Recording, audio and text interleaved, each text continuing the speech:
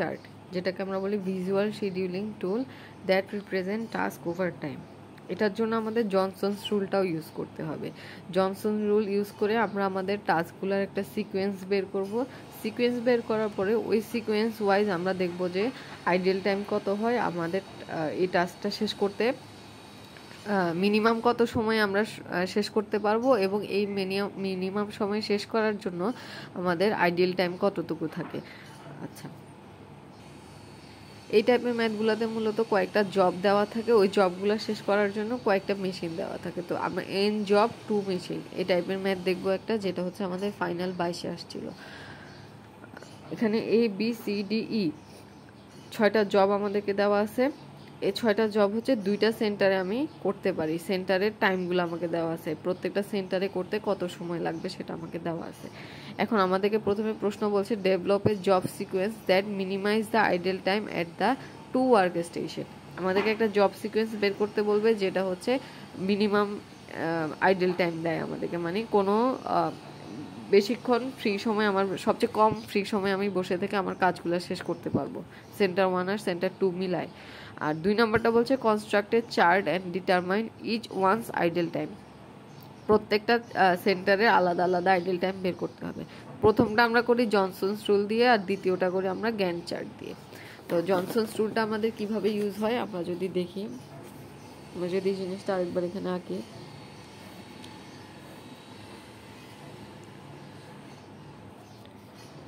এখন আমাদের সিকোয়েন্সটা বের করার জন্য যেহেতু আমাদের 6টা কাজ, আমরা 6টা ঘর করে নিব আমাদের জন্য। 1 2 3 6টা ঘর করব। এখন আমরা প্রথমে দেখব যে এই টাইমগুলোর মধ্যে সবচেয়ে মিনিমাম টাইম কোনটা, 2টা সেন্টার মিলাই সবচেয়ে মিনিমাম টাইম কোনটা। তো আমরা যদি দেখি এখানে আমার সবচেয়ে মিনিমাম টাইম হচ্ছে 12 হচ্ছে আমার সেন্টার 2তে। জনসনস রুল আমাকে বলে যদি আমি 2 নাম্বার মেশিনে অথবা 2 নাম্বার সেন্টারে কাজ করি তাহলে আমি এদিক থেকে ইনপুট দিব, আর যদি 1 নাম্বার সেন্টারে কাজ করি তাহলে এদিক থেকে ইনপুট দিব। তো 2 নাম্বার সেন্টারে আমি কাজ করতেছি কার, ডি, তাহলে আমরা ডি কে এখানে আমরা মিনিমাম 12 নিয়ে হচ্ছে ডি কে এ পাশে ইনপুট দিলাম যেহেতু সেন্টার 2তে ছিল। 12 পরে মিনিমামকে 16 হচ্ছে C1 এ কাজ হচ্ছে এবং বি, তাহলে আমরা বিটাকে এদিক থেকে ইনপুট দিব। 16 পরে মিনিমাম হচ্ছে আমাদের 20 হচ্ছে C1 এ, এ হচ্ছে কাজ, তাহলে এ আমরা এই দিক থেকে ঢুকাচ্ছি। এরপরে আমাদের কাজ হচ্ছে কত, 20 এর পরে হচ্ছে 24 মিনিমাম, 24 এর কাজ হচ্ছে এফ, আর ওয়ার্ক স্টেশন হচ্ছে মেশিন হচ্ছে C2, তাহলে C2তে হচ্ছে আমাদের এফ ঢুকবে, এফ হচ্ছে এদিক থেকে আমাদের ডি এর পরে এফ এদিক থেকে ইনপুট আসলো। তো 24 এর পরে আমাদের হচ্ছে 28 মিনিমাম, এটা হচ্ছে C2তে, এই জন্য এদিক থেকে ইনপুট দিলাম। তাহলে আমাদের এখানে সবগুলা কাজই মোটামুটি শেষ, সি ছাড়া, তাহলে সিটা আমাদের এখানে বসে গেল খালি জায়গাটার মধ্যে। তো এটা হচ্ছে আমাদের জনসনস রুল ইউজ করে আমরা একটা সিকোয়েন্স অ্যাপ্লাই করলাম। জনসনস রুল এটাই যে এদিক থেকে আমাদের মেশিন 1 এর কাজগুলো ইনপুট ঢুকবে, এদিক থেকে মেশিন 2 এর কাজগুলোর ইনপুট ঢুকবে। এখন জনসনস রুল আমাদেরকে বলে যে এই সিকোয়েন্সে যদি আমি কাজ করি তাহলে আমি মিনিমাম সময়ে কাজটা শেষ করতে পারবো এবং মিনিমাম আইডিয়াল টাইমে শেষ করতে পারবো। তো এখন আর গ্যান্ট চার্ট আমরা, এটা 1 নাম্বার উত্তর শেষ, এবার 2 নাম্বারে আসতেছি আমরা। 2 নাম্বারে আমাদের কাজ হচ্ছে গ্যান্ট চার্ট ইউজ করে আমাদেরকে বের করা যে এই যে আইডল টাইম মিনিমাম হবে, এই মিনিমাম আইডল টাইমটা আসলে কত, এটা ইউজ করব, এটা বের করবো আমরা গ্যান্ট চার্ট ইউজ করে। তো গ্যান্ট চার্টের জন্য আমরা এক্সিস একে নিব টাইমের সাপেক্ষে আর মেশিন বা সেন্টারের সাপেক্ষে, C1 C2। C1 এর জন্য একটা বার এঁকে নিলাম, C2 এর জন্য একটা বার এঁকে নিলাম। এখন হচ্ছে আমরা এই বারগুলো ফিল আপ করবো টাইমের সাপেক্ষে। তো প্রথমে আমরা এই সিকোয়েন্স দেখি কি, প্রথমে আমরা C1 এর জন্য এই সিকোয়েন্সে কাজগুলোর জন্য টাইমের সাপেক্ষে এখানে বার ফিল আপ করবো। পরে আমরা C2 এর জন্য এই সিকোয়েন্স দেখে দেখে টাইমের সাপেক্ষে বার ফিল আপ করবো। তো প্রথমটা করা ইজি। প্রথমে বি কাজ হচ্ছে, বি কাজের জন্য আমাদের C1 সেন্টারে টাইম কত, 16 মিনিট, তাহলে আমরা প্রথমে 16 পর্যন্ত বি কাজ করব। আমরা বি কাজটা করব হচ্ছে এই যে 16 মিনিটে গিয়ে আমাদের বি কাজটা শেষ হবে। আচ্ছা, এরপরে আমাদের এই কাজের টাইম কত, 20 মিনিট। এই কাজের টাইম হচ্ছে 20 মিনিট। যেহেতু এদিকে টাইম বাড়তেছে, 16 আর 20টা কি হবে, যোগ হবে, 36। এখন এরপরে হচ্ছে সি সিতে আমাদের টাইম কত 43, তাহলে 36 আর 43 আমাদের যোগ হবে 79। এখন আমাদের সি কাজের পরে হচ্ছে ই কাজ। ই কাজটা যদি আমি দেই, ই কাজের টাইম কত 35, তাহলে 79 আর 35 যোগ হয়ে হবে 114। এরপরে ই কাজের পরে হচ্ছে এফ কাজ। এফ কাজটা ঢুকলো, এফ কাজের টাইম কত 42, 114 আর 42 অ্যাড হয়ে হবে 156। এরপরে আমাদের লাস্ট কাজটা হচ্ছে ডি। ডি কাজের টাইম হচ্ছে 60, 156 এর সাথে 60 অ্যাড হয়ে 216।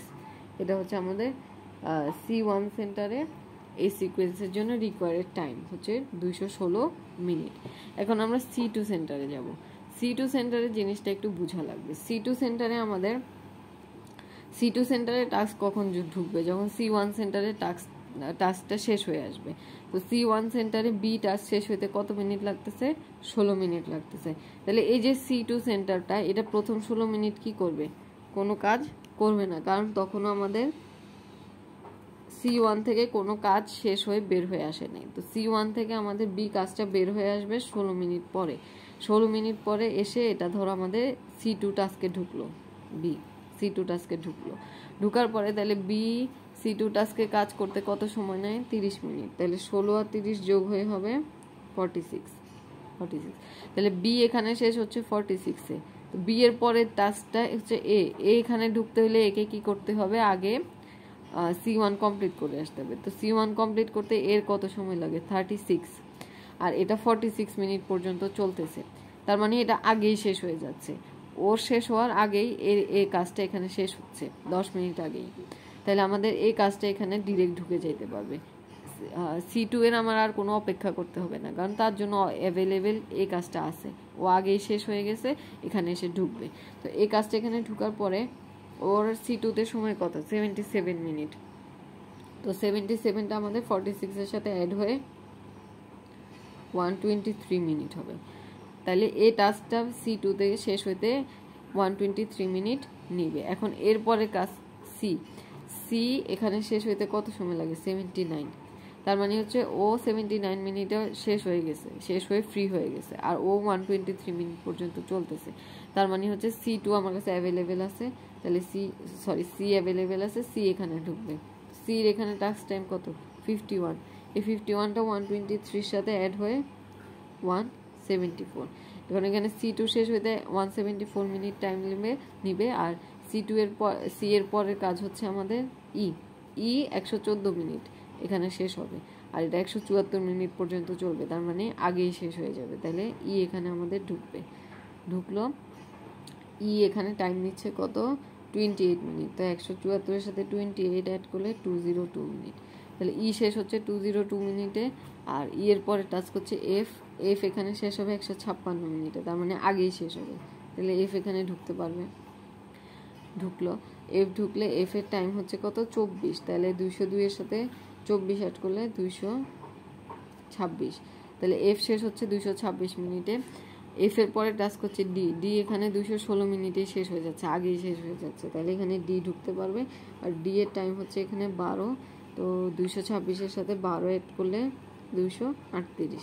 তার মানে C2-তে গিয়ে সবগুলো টাস্ক শেষ হইতে 238 মিনিট সময় লাগবে, আর C1 এর হচ্ছে 216 মিনিট।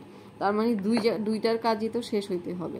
তাহলে C1 এর কতক্ষণ বসে থাকতে হবে, আগে আমরা দেখি টোটাল টাইম কত। টোটাল ইলাপস টাইম হচ্ছে আমাদের এটা 238 মিনিট, মানে কাজ শেষ হইতে এত সময় লাগবে। আর সেন্টার 1 এর আইডিয়াল টাইম কত, ও হচ্ছে 238 হচ্ছে আমার টোটাল টাইম, আর ও আগে শেষ করে ফেলবে 216 মিনিটে, তাহলে ওকে বসে থাকতে হবে 22 মিনিট।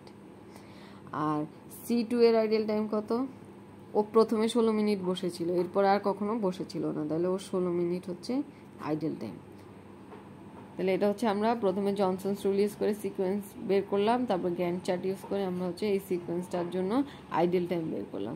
তো এটা হচ্ছে আমাদের চার্টের মাধ্যমে করা। এটাকে আমরা হচ্ছে আগে যে লাইন ব্যালেন্সিংয়ে আমরা রো কলাম করে টাস্কগুলো দেখাইছি এলাবোরেটলি, এখানেও সেম কাজ আমরা করতে পারবো। সেটা হচ্ছে এভাবে, শুধু সেন্টার 1 এরটা আমি দেখাইলাম এখানে। সেন্টার 1 জব ইন করবে ডিউরেশন আউট। তো জব শূন্য সময় প্রথমটাতে হচ্ছে আমরা দেখছি যে 0 টাইমে ইন করলো 16 মিনিট ডিউরেশন, আউট 16। এই 16 আউটটাই আবার এখানে ইনে আসবে, মানে এ ইন করার জন্য 16 মিনিটে এ ইন করছে। চলছে কতক্ষণ? এর ডিউরেশন হচ্ছে 20, তাহলে এখানে 20 আর এখানে যোগ করে যেটা পাইছি ওইটা 36।